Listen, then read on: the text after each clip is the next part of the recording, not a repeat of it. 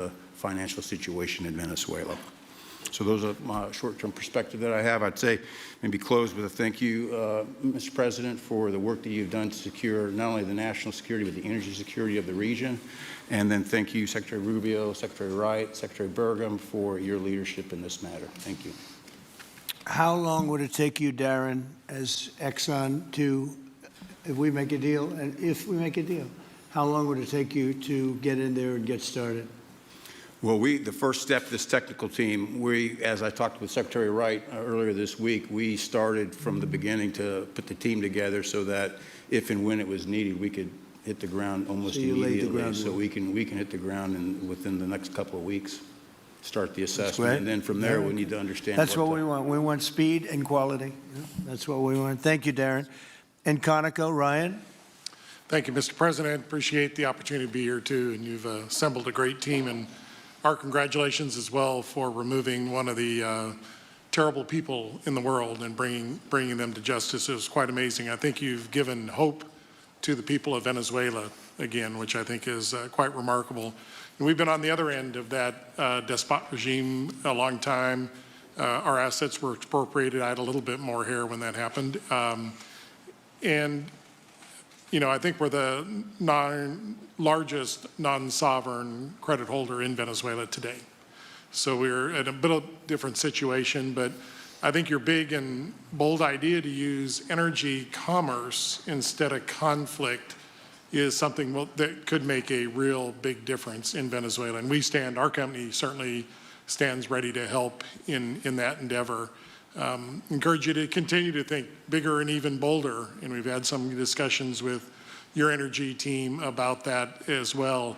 As we think about the other people that need to be in this room and in this discussion are the banks, and including probably the Exim Bank, as we think about how the debt needs to be restructured and the financing to deliver the billions of dollars that are required to restore their energy infrastructure. And I think as we think that big and bold, we need to be also thinking about even restructuring the entire Venezuelan energy system, including PDVSA. And I think if we can do that and think bold, there's an opportunity to be quick, fast, and restore the quality of what's happened in Venezuela, or what's been lost in Venezuela over the course of the last 25 years. So thank you for this opportunity. Well, thank you very much, and you'll get a lot of your money back. We're going to start with an even plate, though. We're not going to look at what people lost in the past, because that was their fault. That was a different president. You're going to make a lot of money, but we're not going to go back. You left a lot of money behind, I guess, huh? What number? 12 billion. How much? 12 billion. Well, it's a good write-off. It's already been written off. It's been written. All right, thank you. You'll make it back one way or the other. You're all going to do very well. I think really very well. Marco just gave me a note. Go back to Chevron. They want to discuss something. Go ahead. I'm going back to Chevron, Marco. Thank you, Marco. Was there a question, Mr. President? Yes, go ahead, Marco. What are you saying here? Mark, if you can update us on operations in the ground and with the appropriate approvals, what you might be able to achieve in the next 12 to 18 months, give us a little view from the ground. You bet, you bet. So today, Chevron has 3,000 employees in 4 different joint ventures in Venezuela today. And over the past 5 to 7 years, they've taken production from about 40,000 barrels a day to 240,000 barrels a day, essentially getting those facilities and that equipment up to standards that would be something that people in the room would be more accustomed to.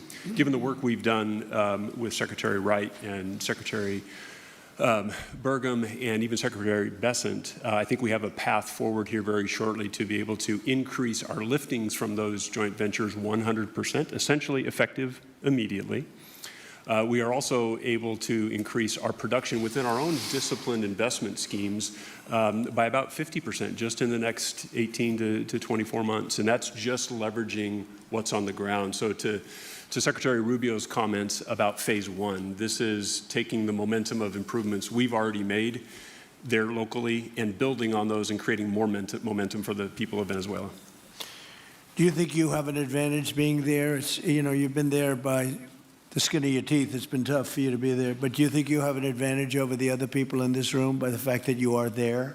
Yeah, I think there are, Mr. President, I think there would be days where it didn't feel like an advantage, and there are days where it does feel like an advantage. But having people on the ground today that care desperately about the people of Venezuela and know how to operate the assets that are there, is a definite advantage today. Would you say the best locations are available, or would you say the best locations are already sort of worked, even though they're in very bad shape? The Well, best locations for finding oil, the best locations for oil. There are more opportunities than not, Mr. President. With 300 billion barrels of reserves and resources in country, there are lots of opportunities for many companies. Will you be building new, or will you be using the old infrastructure that you have? Yeah, today it's a little bit of a mix, but today it's mostly us taking the equipment of today, getting it to the standards that we are accustomed to your comments about making it how it should be today. Most of the investments that we've been making are about getting it up to our standards. Well, I think you're going to make an investment, but you're going to get your money back very quickly, and that's part of our thing. We're going to have you get your money back fast, and then you'll give a lot to Venezuela and to the United States after that. Okay, so you'll be in good shape. Could I ask Harold Hamm to say a few words? He's been a friend of mine for a long time. Very amazing man, actually, amazing energy person. Well, thank you, Mr. President. It's good to be here with so many dignified people. And this effort particularly, and thank you for your effort for what you've done here, taking this despot out of that area. And the world dealt with him way too long. Certainly, our industry knows that this is a real jewel that can be developed for the people of Venezuela, and also benefit the world. And like Secretary Wright said, it has not been done. That's not been done in the past, and they had a good chance at it. Brought someone in that totally took it down, as everybody knows here, and that was Chavez, and we know what happened to him finally. But you know that ruined the industry in Venezuela, and all of us know how that happened, ended very well, very wrongly. So anyway, we're glad to see what's happened here, and look forward for the opportunity for a lot of people in this room, but also for America and the country itself. Are you going to be involved in going in? Because, you know, he's in North Dakota and he's in Oklahoma and some incredible places. It's a little bit different, but there's no doubt about you won't have to worry about the straw too much here. You can just go at it. Are you going to be one of the participants? Well, certainly, you know, I'm an oil finder, like you said.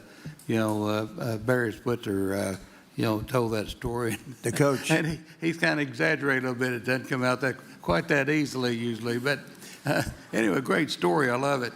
But I love Barry. Barry's the one that told me this. Yeah, he's a champion, you know, in a lot of ways. So love that story. Certainly, it excites me as an explorationist. You know, everybody has that in their blood, and you know, it is a very exciting country and a lot of reserves, and so it's got its challenges, and the industry knows how to handle that. And like Darren said, you know, you go in with your eyes open and do the best you can with the team you got. So well, you're going to have you. something that they never had really here is tremendous security. You're going to be very secure, very safe, physically safe in addition to financially safe. So it's good to see you, Harold. Thank you very much. Does anybody have anything to say before we get to the press? What does Cuba have to do to avoid the same fate as Venezuela?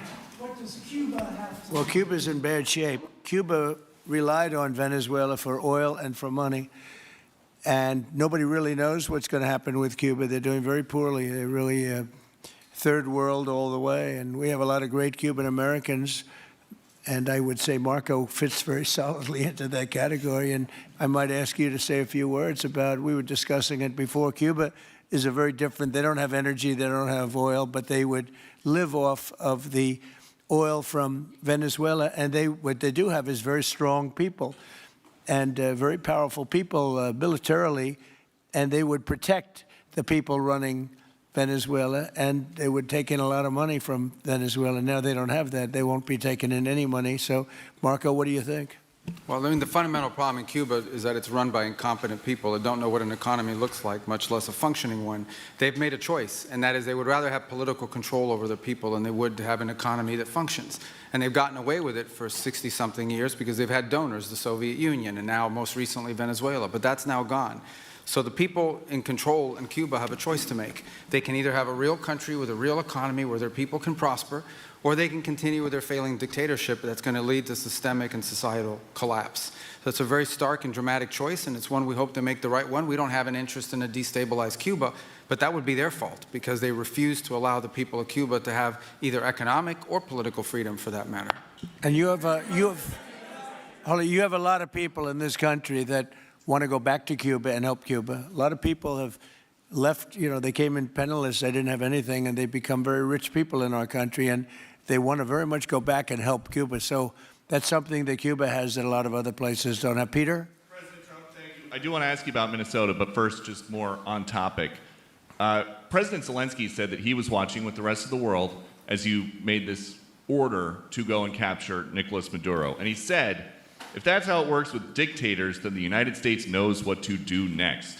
Sounds like he wants you to go and capture Vladimir Putin. Would you ever order a mission to go and capture Vladimir Putin? Well, I don't think it's going to be necessary. I think we're going to have I've always had a great relationship with him. I'm very disappointed. I settled 8 wars. I thought this would be in the middle of the pack or maybe one of the easier ones. And I don't know if you know, Peter, the last month, they lost 31,000 people, many of them Russian soldiers, and the Russian economy is doing poorly. I think we're going to end up getting it settled. I wish we could have done it quicker because a lot of people are dying, and mostly soldiers. They get hit in Kiev and they get hit a little bit here and there, and people are dying there too.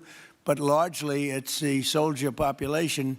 When you have 30,000, 31,000 soldiers dying in a period of a month, 27,000 the month before, 26,000 the month before that. That's bad stuff. So, as you know, President Biden gave $350 billion to Ukraine to fight, and we would never get that back, although I did make a rare earth deal to get it back, so we will be getting it back, but shouldn't have done that. It was a bad thing to do. I will say that right now, because I was able to get NATO to up GDP from 2% to 5%, NATO's got a lot of money, and they're paying for everything. We're not losing any money. We're making a lot of money, I guess, if you think of it, because we're selling them military equipment. They're probably giving it to Ukraine. But we're selling them to NATO military equipment. We're getting full price and all of that. But that's not a big deal to me. What is a big deal is stopping a war where 30,000 people are being killed every single month. On Minnesota, the vice president yesterday suggested that Renee Good, who was killed by this ICE officer, was part of a broad left-wing network. What has your team told you about this broad left-wing network? Who is in charge of it? Who's part of it? What's it called? Well, I haven't seen the vice president's statement, but he's generally very accurate. I hate to say. Look, I watched that yesterday, and there were a lot of different forms to it. But there was a woman screaming, shame, shame, shame, shame. She was a agitator, probably a paid agitator, but in my opinion, she was an agitator, a very high-level agitator, so professional. She wouldn't stop screaming. I said, this isn't a normal situation. This is a professional troublemaker, because you heard it and I had it. Now, I will say this. The news sort of turned her down, turned her off, because you're trying to watch. She was so loud and so crazy and just not normal. When somebody sees something like that, they don't go screaming and the same words. So I guess you could say professional, but I didn't think she did a very good job. You have agitators, and we will always be protecting ICE, and we're always going to be protecting our Border Patrol and our law enforcement. Yeah. In your conversations with these oil executives today, did you provide any security guarantees so that they can do their work safely in Venezuela? Yeah. And separately, Mr. President, they will have those guarantees, yes. And separately, Mr. President, I'm curious in terms of the future of Venezuela. Do you see Venezuela, now led by Delcy Rodriguez, as an ally of the U.S.? Is that the way that you view that country Well, right right now they seem to be an ally, and I think it'll continue to be an ally. And we don't want to have Russia there. We don't want to have China there. And by the way, we don't want Russia or China going to Greenland, which if we don't take Greenland, you're going to have Russia or China as your next door neighbor. That's not going to happen.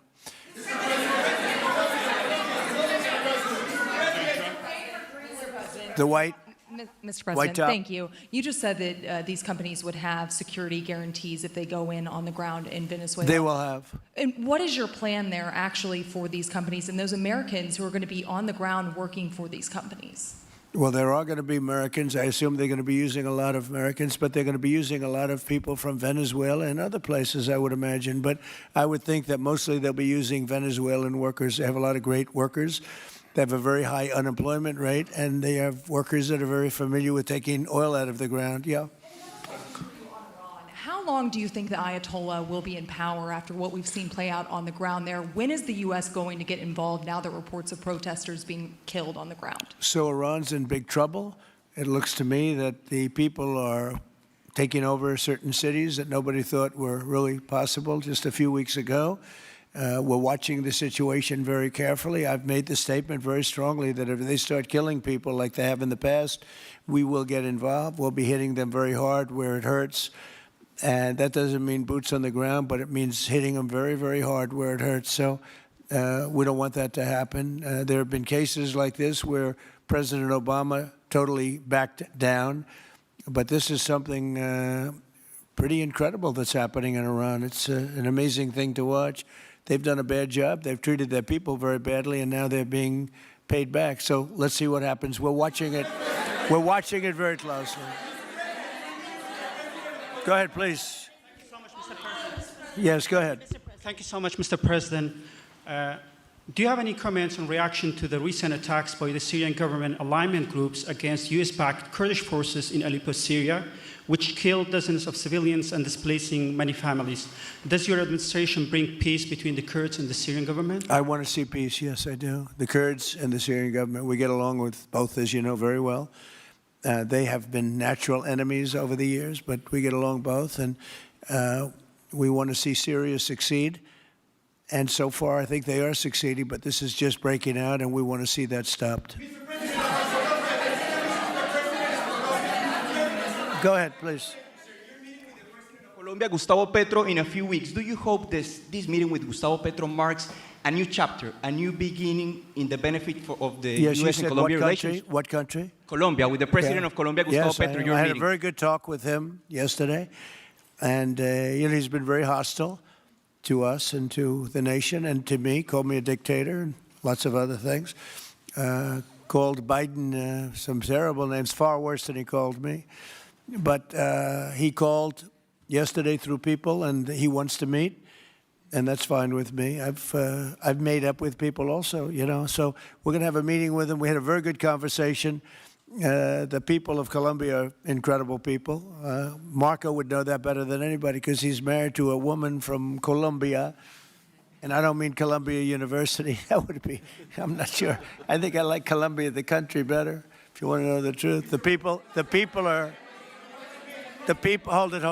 The people are great people. I look forward to meeting with them. We're going to meet in the very near future. Would you meet the interim president of Venezuela here in the White House? Would you greet her to discuss the fate of the oil? Yeah, well, I'm going to meet a lot of people, and we're going to meet, we meet a lot of people. When you end 8 wars, you get to know a lot of people, and I think it's very important. As an example, we have over $18 trillion. Think of it, $18 trillion coming into our country. A lot of that's coming in from foreign countries like Saudi Arabia and Qatar and UAE and others. And I get to meet a lot of people, but I will be meeting with various representatives of Venezuela, probably pretty soon. We haven't set that up. But the relationship that we have with the people that are currently running Venezuela is very good. We also have a young lady that received the Nobel Peace Prize. She's going to come in and pay her regards to our country, really, to me, but, I'm a representative of the country, nothing else. and she's coming in sometime next week, I think Tuesday or Wednesday, and we'll see how that is. But no, we're dealing with the people from Venezuela. We're dealing with them very well. I think they've been very smart in the way they've dealt with us, frankly, because that whole place could have been obliterated with one more strike, and we didn't want to do that.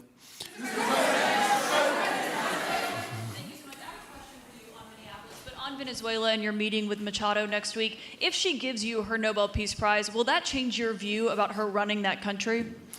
Well, I have to speak to her. I mean, I'm going to have to speak to her. She might be involved in some aspect of it. I will have to speak to her. I think it's very nice that she wants to come in, and that's what I understand the reason is, because Norway is very embarrassed by what took place. I mean, they're getting decimated. Look, whether people like Trump or don't like Trump, I settled 8 wars, big ones, some going on for 36 years, 32 years, 31 years, 28 years, 25 years, some just getting ready to start, like India and Pakistan, where already 8 jets were shot out of the air, and I got it done in rapid order without nuclear weapons.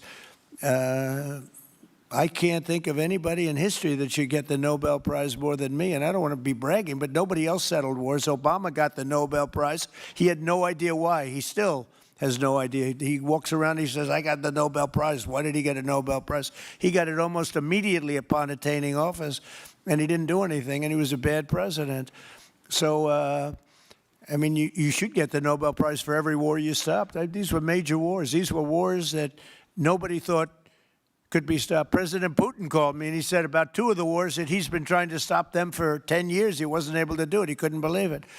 So in theory, you should get the Nobel Prize for every war you stopped. Every one of them was major. But I don't care about that. What I care about is saving lives. I've saved tens of millions of lives. You know, the Prime Minister of Pakistan came here, and he made a very public statement.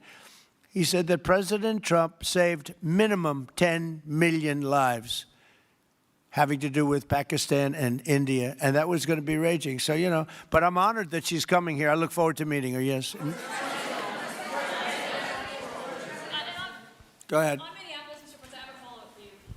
The state officials there have said that the FBI is not sharing evidence with them. Typically, they would conduct a joint investigation, as you know. Do you believe that the FBI should be sharing evidence with state officials in Minnesota? Well, normally I would, but they're crooked officials. I mean, Minneapolis and Minnesota, what a beautiful place, but it's being destroyed. It's got an incompetent governor, fool. I mean, he's a stupid person. And it looks like the number could be $19 billion stolen from a lot of people, but largely people from Somalia. They buy their vote. They vote in a group. They buy their vote. They sell more Mercedes-Benzes in that area than almost. Can you imagine you come over with no money and then shortly thereafter you're driving a Mercedes-Benz? The whole thing is ridiculous. So they're very corrupt people. It's a very corrupt state. I feel that I won Minnesota. I think I won it all 3 times.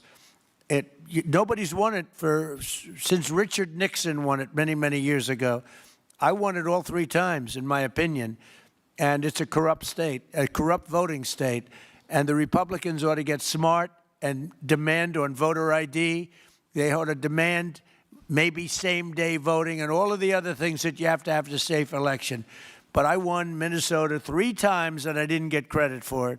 I did so well in that state every time. The people were crying every time after. That's a crooked state. California is a crooked state. Many crooked states. We have a very, very dishonest voting system. The last time I won, 24, the one that just took place, I won because it was too big to rig. You couldn't rig it. It was too big.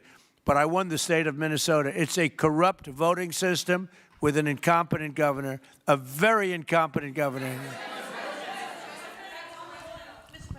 And by the way, he's a very corrupt governor, too. Go ahead. I have a question on Iran, but first, very quickly on Venezuela. How do you provide total security guarantees to these companies without putting U.S. boots on the ground? Well, we're going to work with the Venezuelan leaders and people, and we're going to have a very safe group, and they're going to also bring over some security with them. You know, these are not babies. These are people that drill oil in some pretty rough places. I could say a couple of those places make Venezuela look like a picnic.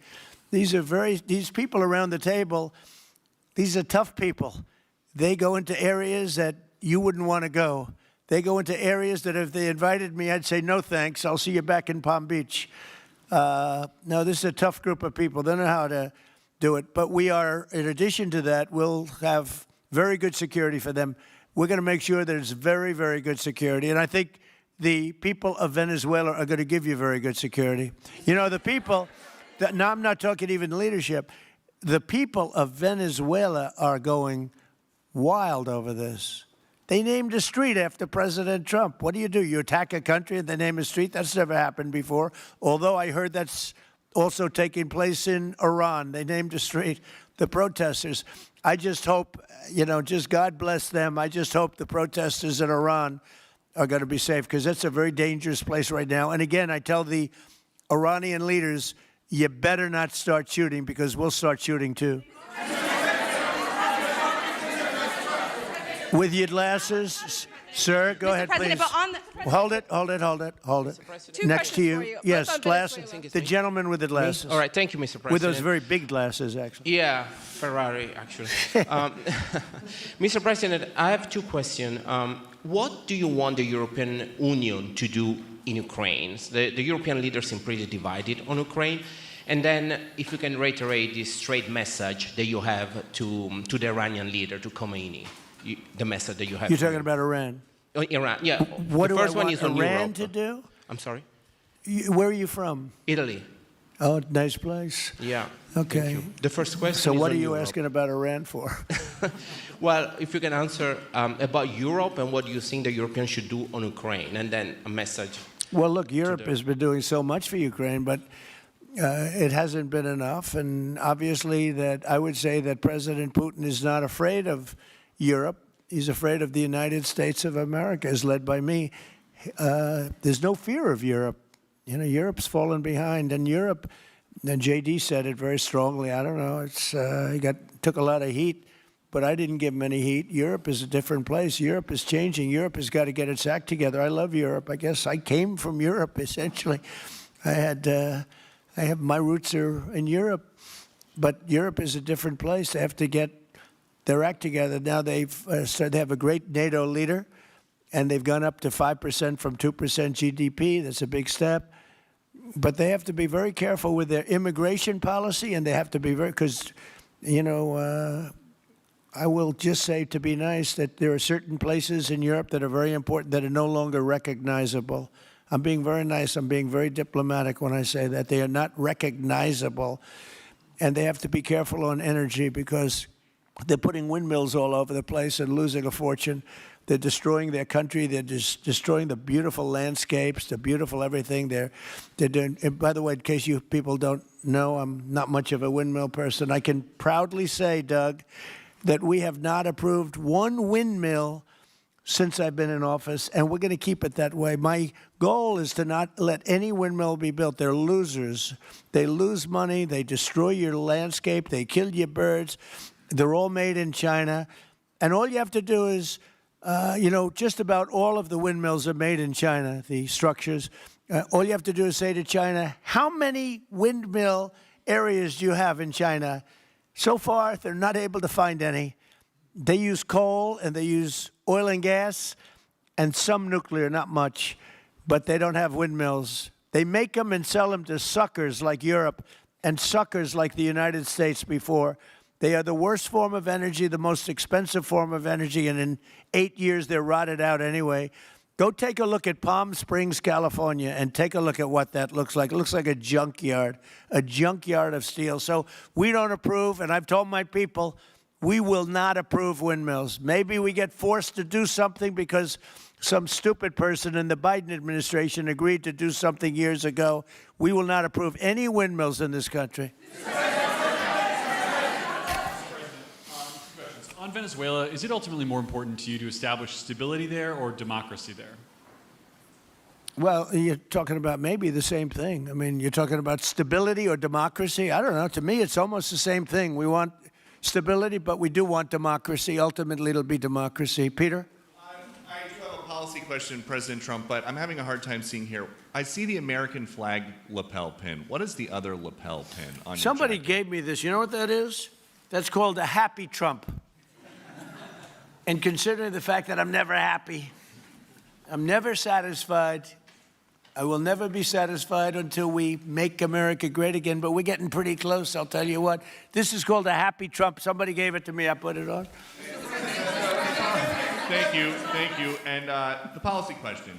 How much money are you thinking of giving people in Greenland to get them on board with a possible U.S. I'm not talking about money for Greenland yet. I might talk about that. But right now, we are going to do something on Greenland, whether they like it or not, because if we don't do it, Russia or China will take over Greenland, and we're not going to have Russia or China as a neighbor. Okay?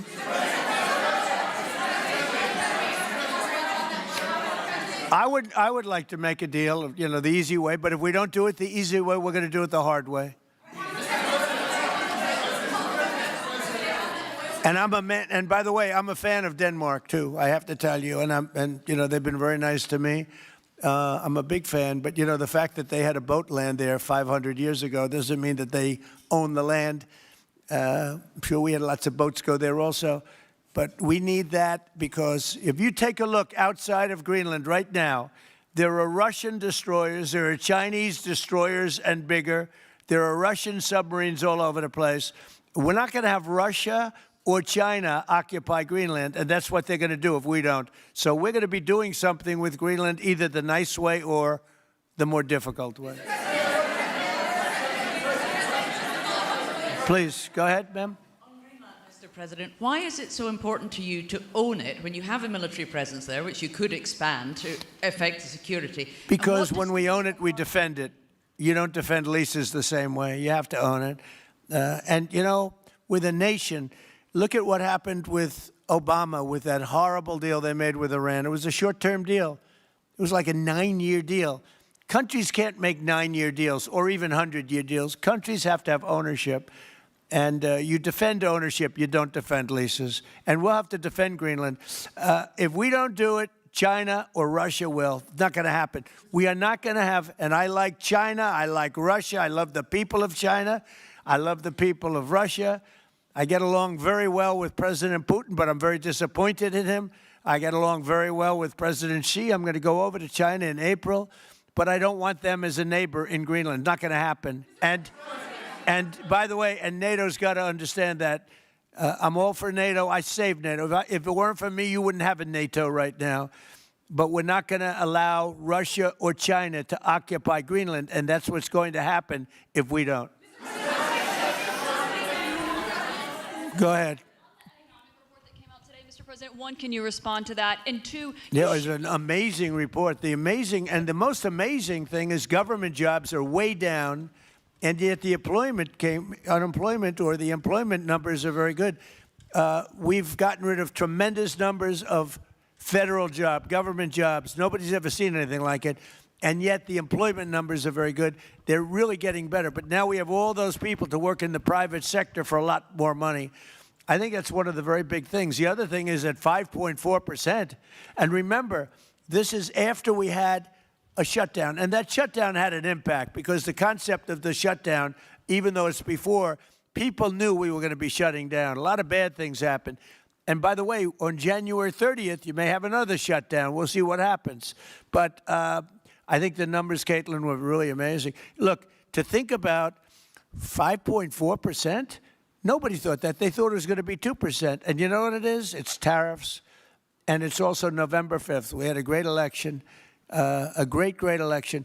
Our country was dead 1.5 years ago, and now we have the hottest country anywhere in the world. And I hope you guys were impressed. 5.4%, and we haven't even really transitioned yet. There's no reason it can't be much, much higher than that. Yeah.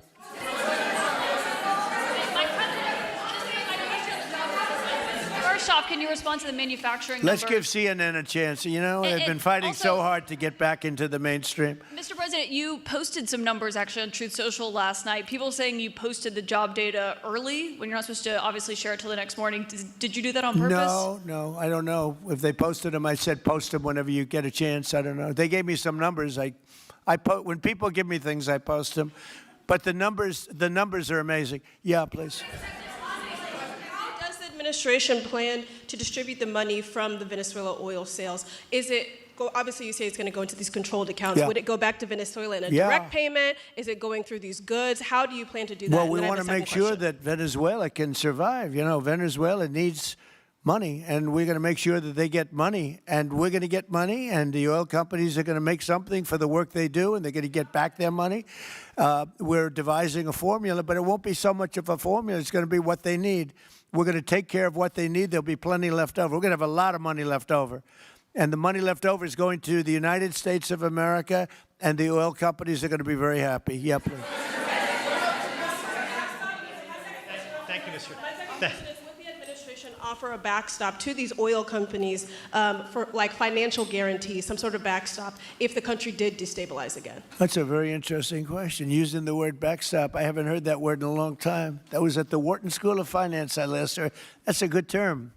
We ought to use it more often. I hope I don't have to give a backstop. I'm just, look, these are very smart people, the smartest people. They're not only in oil and business. These are the biggest companies in the world sitting around this table. They know the risks. I mean, there are risks. We're going to help them out. We're going to make it real easy. They're going to be there for a long time. We're going to be there together for a long, long time. And they're going to be taking the oil, and they're going to be bringing oil prices down.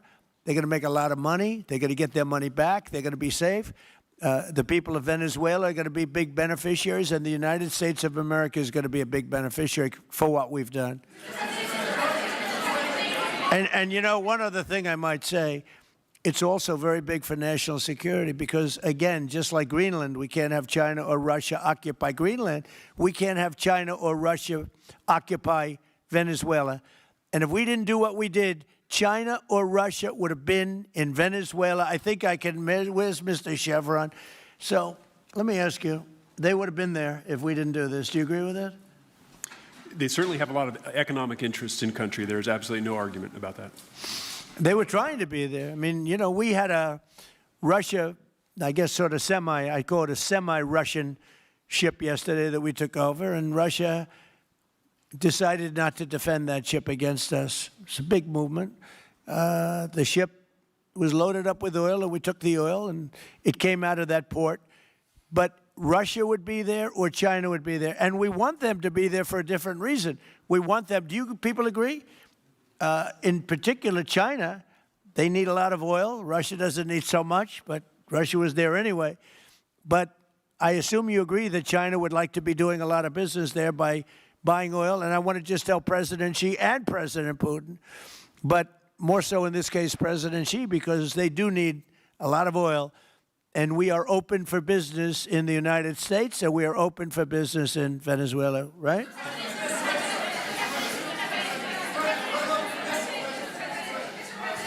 Go ahead, sure. Mr. President, You know, what is your I could take questions from these people all day long. You know, they're sitting here, and generally, they're very rich, very powerful, but nobody gives a damn about them. It's a sad thing. You have all that money, all that power, and look at all these crazy questions.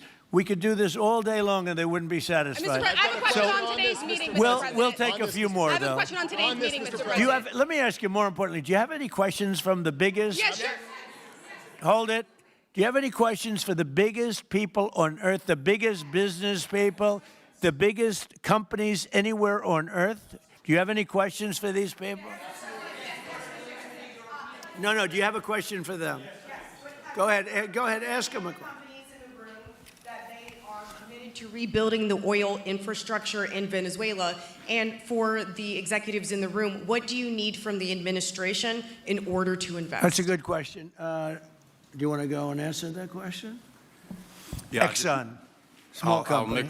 I'll refer you back to the statements I made before. There are a number of legal and commercial frameworks that would have to be established to even understand what kind of returns that we'd get on the investments. So I think all the investments and the opportunity sets, I think everyone sitting around this table would have the opportunity and the know-how and the capability to make the investments. The questions will ultimately be, how durable are the protections from a financial standpoint? What do the returns look like? What are the commercial arrangements, the legal frameworks? All those things have to be put in place in order to make a decision to understand what your return would be over the next several decades that these $1 billion investments would be made on. You know, could I do this? Because we have, again, the biggest people on the planet Earth around this table, biggest companies in the world. I'd like to just ask them to introduce themselves. We'll start from this end and go around to here. And if you have anything to quickly say, we can do that. But you want to just start right over here? These two guys, we'll leave them out because they're with us. Please. Thank you, President Trump. John Addison at VTOL. We're here to ensure that you are going to be able to move all of this oil all around the world at the best price possible so that the influence that you have over the Venezuelans will ensure that you get what you want. Thank you. Thank you. Good point. Thank you, Mr. President. Brian Sheffield of Formentera. My grandfather, Hugh Sheffield, was president of ARCO, Venezuela. Right. Thank you for what you did. Do you like what we're doing? There's a lot of shale there, a lot of upside. He would be very happy looking down. He'd be very proud of you right now, right? Yes, sir. Good. Thank you. Mr. President, Luis Rodriguez. I'm probably the only Venezuelan American sitting on around this table. I want to personally thank you for the courage of your actions over the last couple of weeks. I think I speak, and I speak of Venezuela in general in saying there's optimism. You've brought optimism to the table, and if the conditions are met, the opportunity is absolutely immense. I agree with that. That's true. Thank you. Well said, too. It's immense. This is a tremendous opportunity. Thank you. Richard Holton from Trafigura. We're working with your administration, Mr. President, to bring that Venezuelan oil to the United States. Our first vessel should load in the next week. Great. Good job. Thank you. I think the reason that most of us are here and thinking about the future is because we trust you initially to set this program up that will work and guarantee that this can be done. And there's a huge investment that needs to be done. We've all agreed on that. And certainly we need time to see that through. So thank you for what you've done. Thank you very much. Thank you. Mr. President, I'm Lane Riggs, CEO of Valero Energy, and we're one of those companies that refineries in the U.S. are uniquely configured to run Venezuelan oil, and we're more than happy as this opportunity expands for us to further invest in our refineries to produce more of it. And you're very much set up for the heavy oil, right? Yes, sir. That's great. That's great. We're ready for it. Thank you, Mr. President. Thank you for having us here. Thank you. And thank you for opening the door to a better Venezuela. We are a Spanish company, but we are fully committed to invest here in the States. We have invested over the last 15 years, $21 billion in the American oil and gas industry. In Pennsylvania, in the Gulf of America, in Texas, and in Alaska with the discovery of Pica that is going to have the first oil this quarter and is going to change, is going to reverse the declining history of that great state of Alaska. We are in Venezuela, Mr. President, with our partners of Eni. We produce the gas that guarantees the stability of a half of the grid power in Venezuela. So we are committed with this stability, and on top of that, we are on the ground, we have people, we have facilities, we have technical capabilities, and I take your point, Mr. President. We are ready to invest more in Venezuela. Today, we are producing 45,000 barrels a day gross of oil, and we are ready to multiply by 3 this figure in coming 2-3 years, investing hard in the country, following your recommendation, if you allow us, of course, and in the framework, commercial and legal framework that could allow this growth. So thank you, Mr. President. Thank you. Great job you've done. Thank you. Mr. President, thank you for having me. Matt Sheehy, I'm with Tallgrass Energy. We are an infrastructure business, so whether it's oil, gas, CO2, we move that around. So most of my customers are sitting around the table and happy to lend our expertise to what's going on in Venezuela to support the people. And obviously infrastructure is going to be critical to see it repaired. Thank you. Thank you. Mr. President, thank you. An honor to be here. Marianne Mannon, Marathon Petroleum. We are one of the largest U.S. refiners. On behalf of the men and women of Marathon Petroleum and of our industry, thank you and the administration for what you're doing for U.S. energy independence. We have the ability and the capability of our assets to process Venezuelan crude, and the people of Marathon Petroleum stand ready to do so. Do we need more refineries in our country? In the U.S., probably Yes. not. We have sufficient capacity. It's amazing. A lot of it was approved during my first term. We were getting you approvals that nobody could have gotten in Louisiana and other places, and they got built. Before that, it was a disaster. We didn't have the refineries. Now we do because of the first term. Please.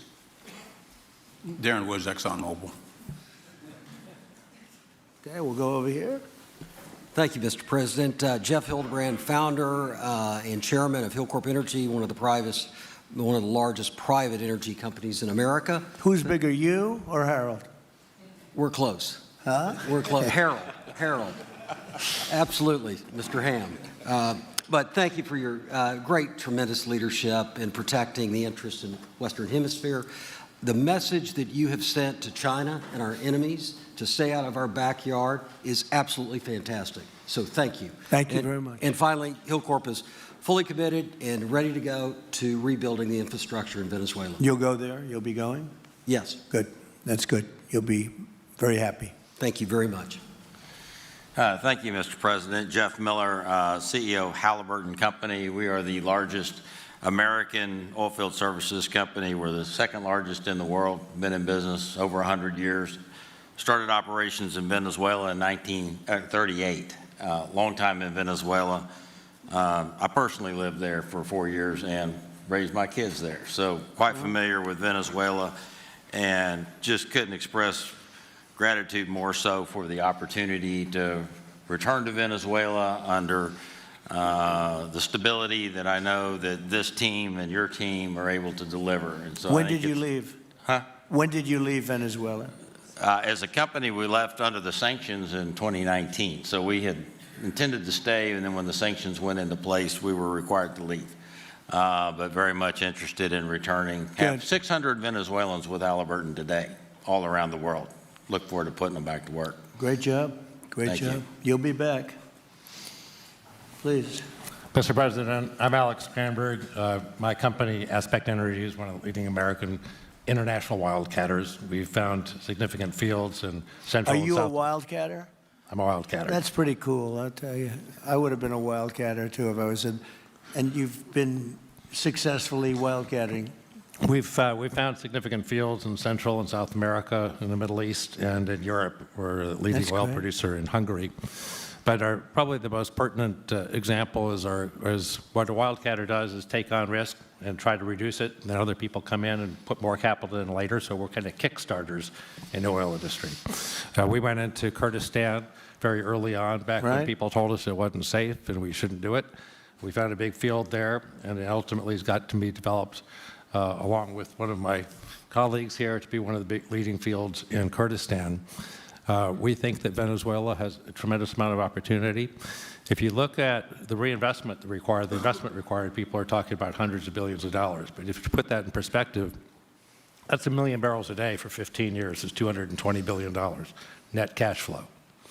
So what we really need to do is to be able to kickstart production and then reinvest and have the confidence to reinvest. And what you're doing by putting the United States in control of the cash flow coming out of the country, it gives companies like ours the confidence to say we can kickstart this production and then reinvest and reinvest. In Hungary, we've invested $1 billion in changing the trajectory of Hungarian oil production. And we were only able to do that not because we could write $1 billion check, we're a smaller company, but because we reinvest all the cash flow back into new production. Good. Good. Mark Good Nelson, job. Mark Nelson with Chevron Sure. again. Thank you, Mr. President. I'm Claudio Descalzi, and I CEO, Italy. We started working in Venezuela in 1980. We have a lot of oil, but now just the gas is flowing because it's not under sanction. And as my colleague from Repsol said, we cover more than about 50% of the electricity in the country, so that is essential. And we're doing really well. We had a situation 3 days ago with Venezuela, and we're getting along extremely well with the people of Venezuela, both the people and the people that are running Venezuela. I just want to thank our military. What they've done is incredible. That was considered unprecedented to go into a military fort with thousands of soldiers and others and to come in with 152 planes going every which way and very rapid speeds and helicopters, and to come out with no deaths and the loss of no equipment. It was pretty amazing. Nobody's seen anything like it. I was called by the leaders of numerous countries. I won't go into which ones, but the biggest and the strongest, and they said that was very impressive. They were all impressed. But today I'm delighted to welcome almost 24 of the biggest and most respected oil and gas executives in the world to the White House. It's an honor to be with them. We have many others that were not able to get in. I said if we had a ballroom, we'd have over 1,000 people. Everybody wanted. I never knew your industry was that big. I never knew you had that many people in your industry. But here we are. And if you, in fact, if you look, come to think of it, well, I got to look at this myself.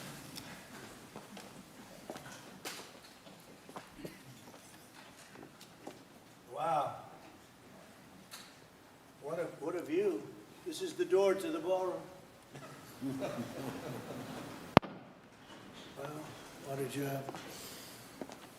Unusual time to look, but I figure we might as well do it. If the fake news would like to go back and take a look, you can, but you'll see a very big foundation that's moving. We're ahead of schedule in the ballroom and under budget.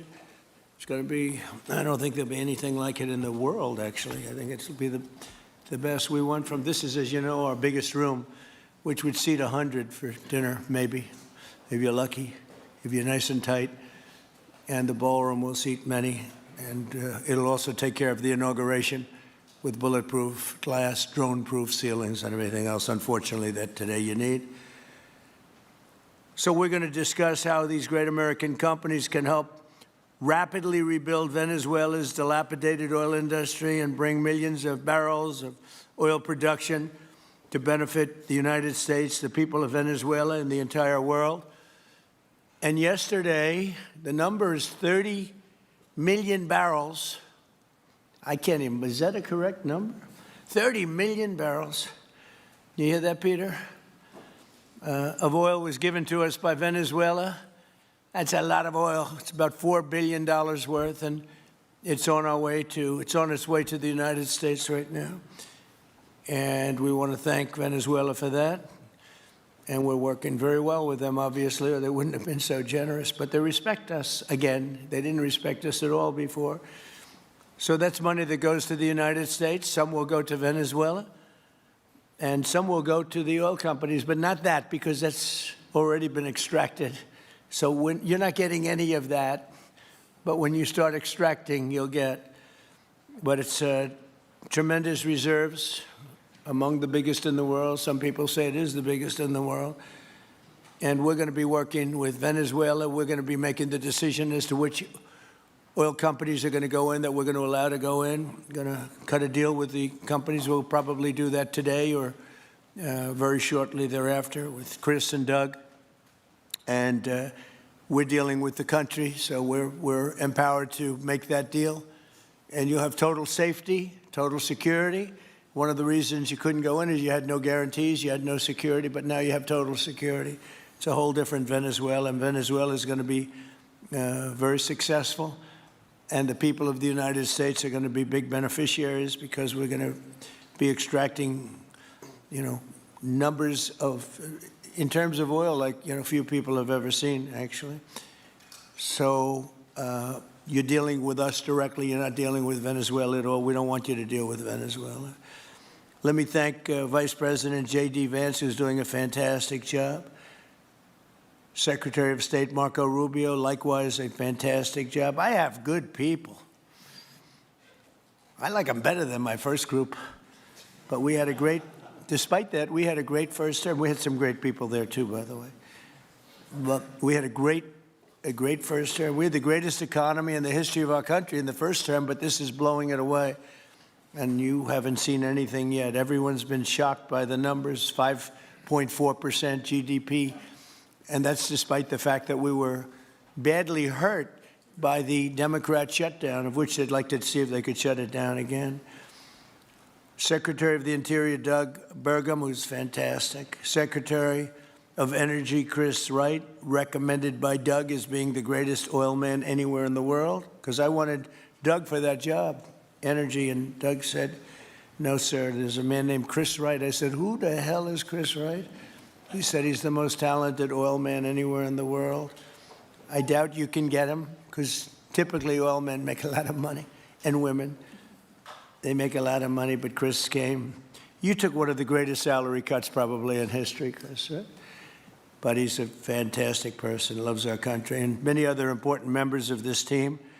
And I want to thank them for their efforts. As you know, last week, the United States Armed Forces performed one of the most spectacular military operations in American history, apprehending the outlaw dictator Nicolas Maduro for his crimes against the United States, crimes for which he has now been indicted and is in federal court awaiting trial. And he killed many people, millions of people, actually, and allowed jails, prisons, mental institutions, insane asylums, drug dealers, drug addicts to pour into our country totally unchecked because of Sleepy Joe Biden's policy of open borders, the stupidest thing I've ever seen. We're getting them all out. The departure of Maduro makes it possible an incredible future for both nations, Venezuela and the United States, in which we will more closely integrate the economies of two major energy powers in the Western Hemisphere. Energy coming out of Venezuela was very small. One of the things the United States gets out of this will be even lower energy prices. We have people now getting gasoline for $1.99, $1.96, $1.95, $1.92 yesterday, somebody. And it used to be $3.50, $4, $5 a gallon. Think of that, $1.99. Decades ago, the United States built Venezuela's oil industry at tremendous expense with American skill, technology, know-how, and dollars. But those assets were stolen from us, and we had presidents who did nothing about it.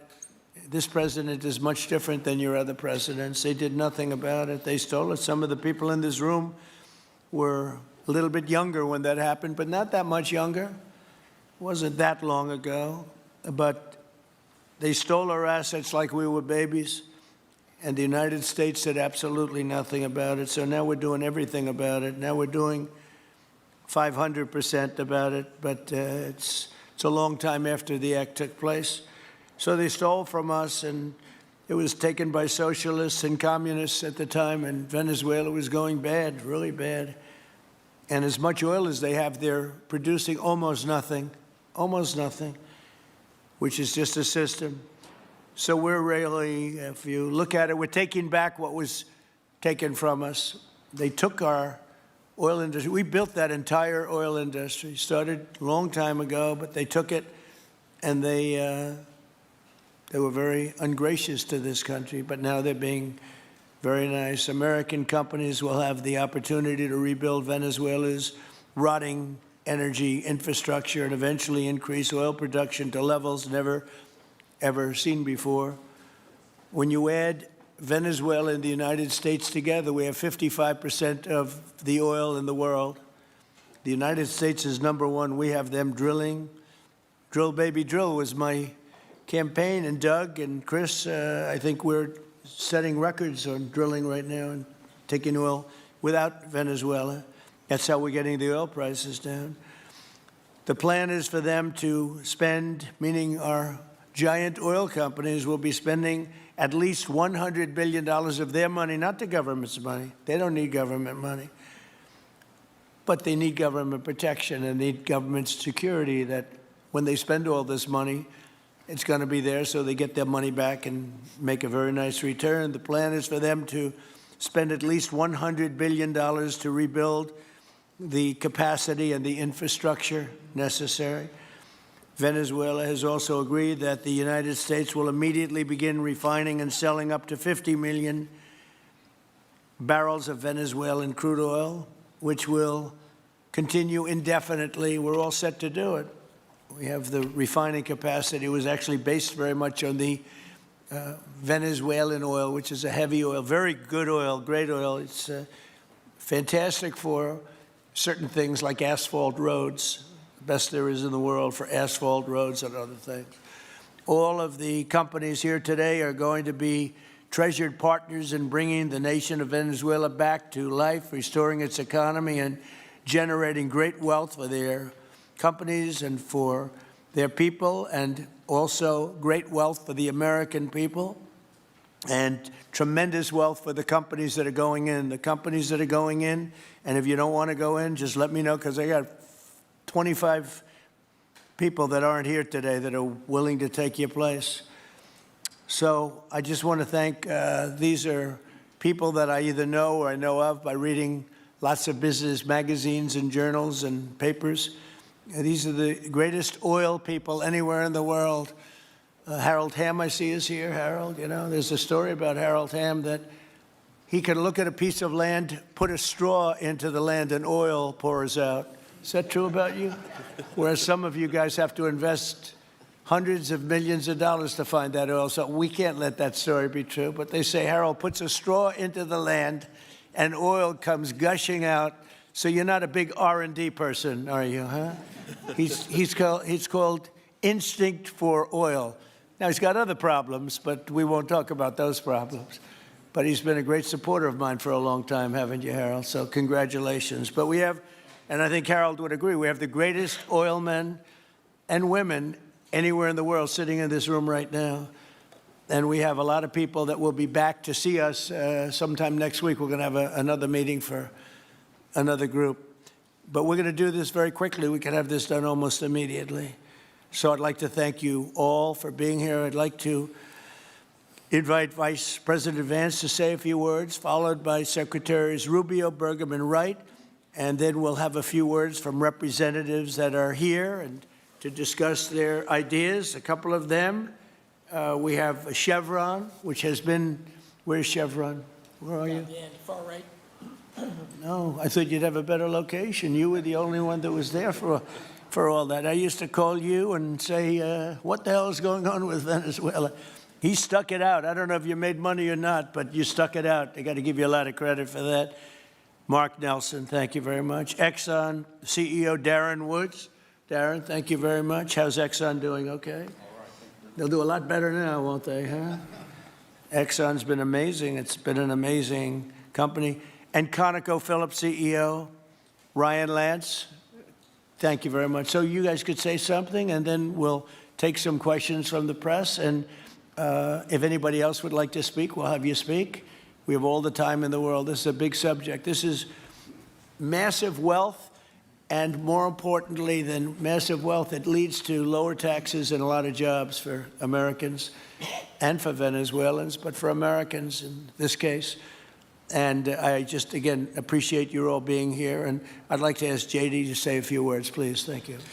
Thank you, Mr. President. And thanks to everybody for being here. You know, as a Marine Corps veteran for my entire lifetime, presidents, and let's be honest, they were Democrats and Republicans, would send the American military to far-off places. They would get us involved in these endless quagmires. They would lose hundreds or thousands of American lives, and the American people would get nothing out of these misadventures.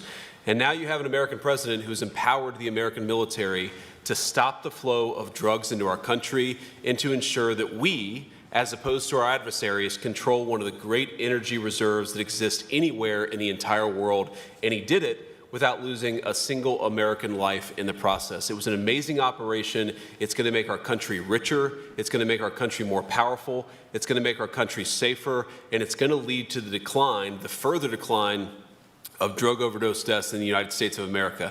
An amazing thing, and I'm happy to be here to talk about how we can make it an even bigger and better operation for the American people. Thank you, sir. Thank you very much. Marco? Thank you, Mr. President. And I think this is a reminder that everything this president does, everything President Trump does is with the American people in mind. It was not in the national interest or national security of the United States and of our people to have in our own hemisphere a country, not just with vast energy reserves, but controlled by an indicted narco trafficker who flooded our country with illegal immigration, including drug gang members, openly cooperated with drug gangs, and by the way, stole the wealth of that country to fund a repressive regime and also benefit adversaries such as Iran. All of that is now changing. As part of this process, the first phase, of course, is the phase we're in now, which is the stabilization phase. We do not want to see destabilization in the country. We're working very cooperatively with the interim authorities there to provide a market for the sale of the wealth of Venezuela in such a way that benefits the people, both of the United States, but also the people of Venezuela. And as a reminder to everyone, the President announced this just 2 days ago, every penny, everything they buy with the money that they're making from the oil now, Mr. President, will be bought from America. And that includes everything from equipment for the oil industry to food to medicine and everything in between.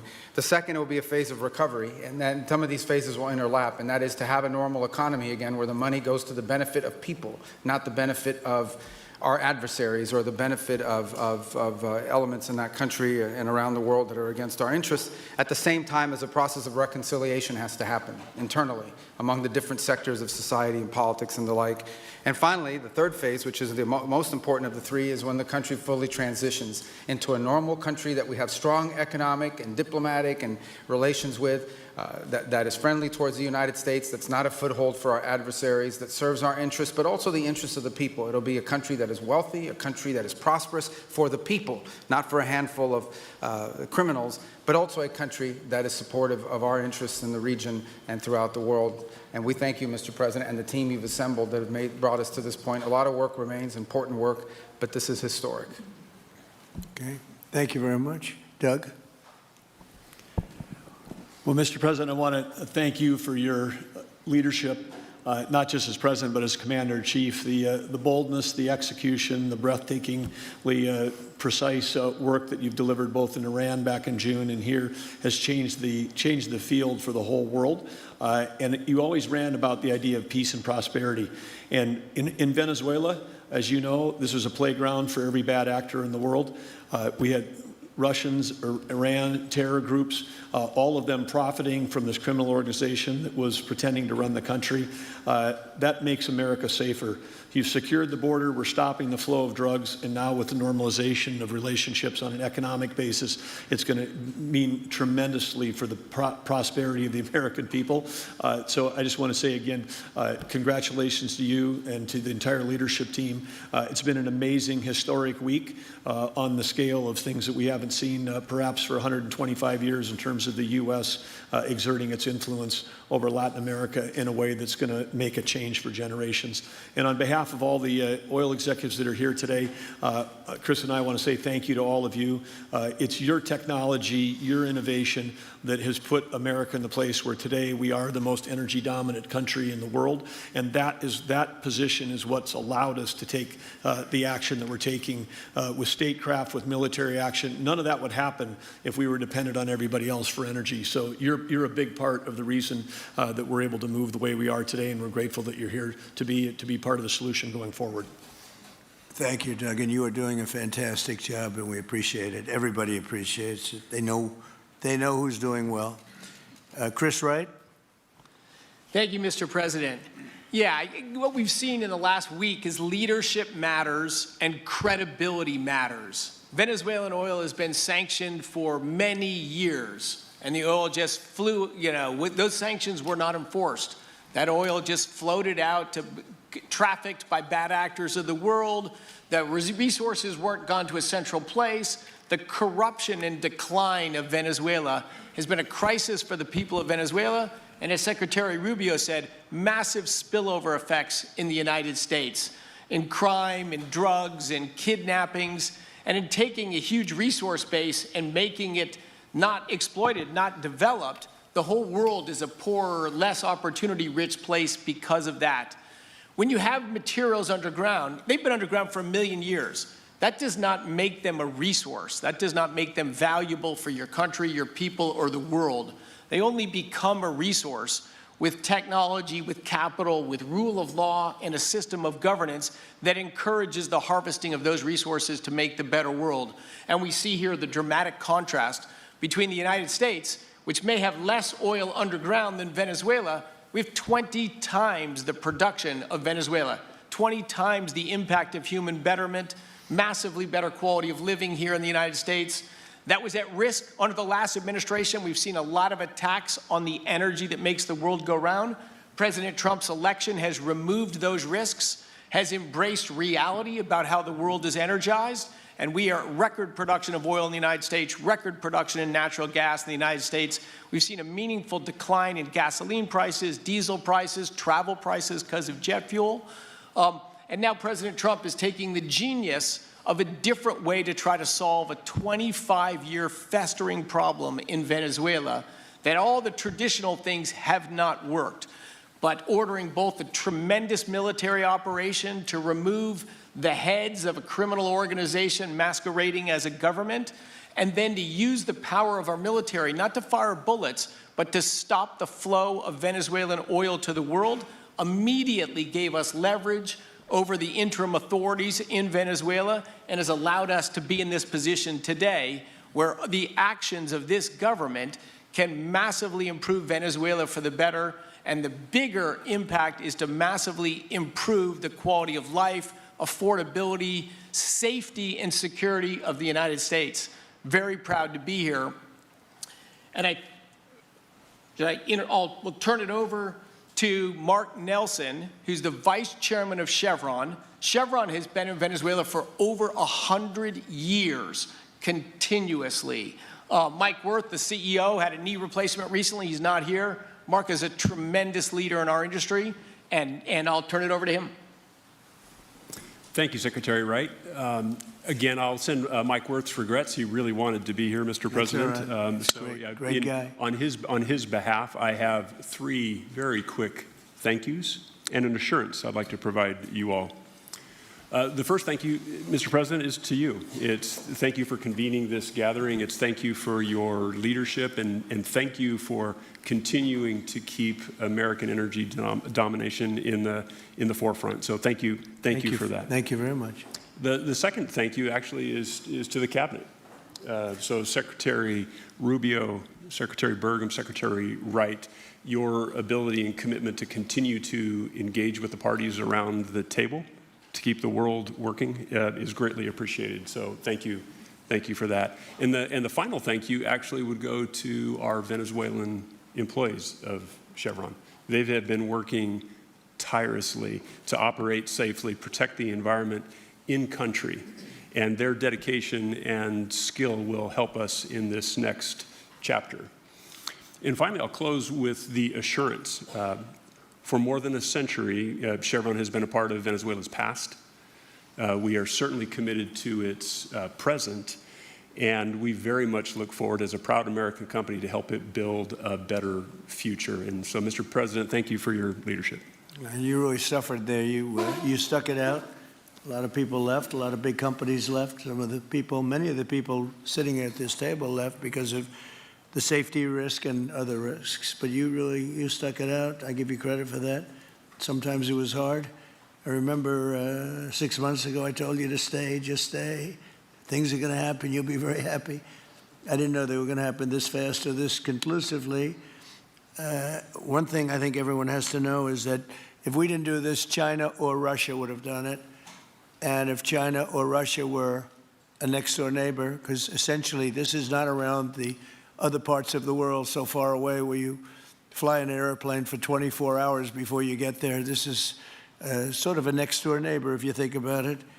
And I told China and I told Russia, we get along with you very well. We like you very much. We don't want you there. Not going to be there. And if we didn't do this, China would have been there and Russia would have been there. Maybe they both would have been there together, but they're not going to be there now. One thing I will tell them, and I will tell you, that we are open for business. China can buy all the oil they want from us there or in the United States. Russia can get all the oil they need from us, and they do like oil, even though they produce a lot of it. But China and Russia and everybody else is able to go, and we'll be open for business almost immediately.